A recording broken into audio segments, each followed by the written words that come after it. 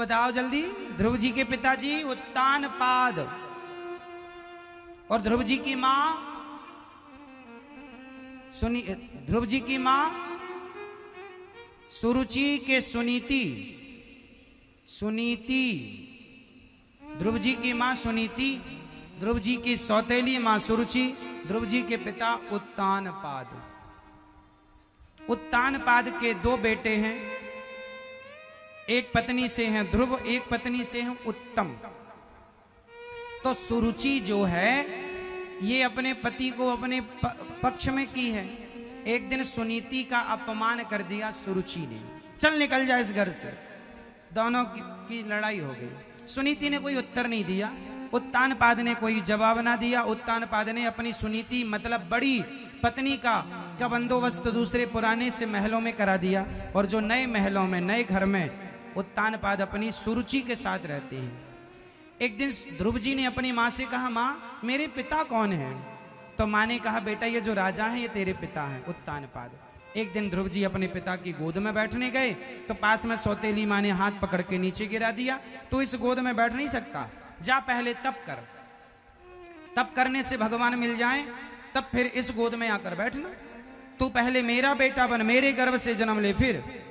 मतलब सुरुचि ने आज बहुत बड़ी बात कह दी। ध्रुव जी तो 5 साल के थे, बच्चे का अपमान। कई लोग ना बड़ों की लड़ाई में छोटे छोटे बच्चों को भी घसीट लेते हैं। बड़े आप लोग लड़े मत करो, सास बहू जिठानी देवरानी, बच्चे बहुत नाजुक होते हैं, उन पर आपकी लड़ाई का बड़ा गलत प्रभाव जाता है। ध्रुव जी को मां ने कह दिया, तपसाराध्य पुरुषम तत्सैवानुग्रहेण में गर्भे तुम साधयात्मानम यदि छसी नृपासनम। चला जा यहां से, जा तप कर। यहां एक मैसेज है आपके लिए। अपने पिता की गोद में ध्रुव जी बैठने गए, इसका मैसेज क्या है? इसके पीछे का संकेत क्या है? बोलो। इसके पीछे का मैसेज ये हुआ कि आजकल का बेटा अपने पिता की गोद में ही तो जाकर बैठता है। पिता की गोद में जाके बैठने का मतलब बताओ क्या? स्पष्ट करो। स्पष्ट ये हुआ कि आजकल के बेटे अपना कोई काम करते नहीं, पिता के काम को ही, पिता की संपत्ति को ही खाना, पिता की संपत्ति को बेच बेच के गाड़ियां खरीदना। 1 एकड़ बेच दी तो BMW ले आई, फिर दूसरी बेची तो ये ले आई। मतलब बाप के धन को बेच बेच करके आजकल के बच्चे अपने शौक पूरे कर रहे हैं। कुछ बच्चे ऐसे हैं, कुछ नहीं बहुत सारे, हाँ या ना? तो ये क्या है? ये पिता की गोद में पिता की संपत्ति मिल गई, पिता की गोद में। सुरुचि ने बढ़िया कहा, जा पहले तप कर। मतलब ये हुआ कि जाओ, पिता की गोद में ना बैठो, पिता की संपत्ति के पीछे ना पड़ो।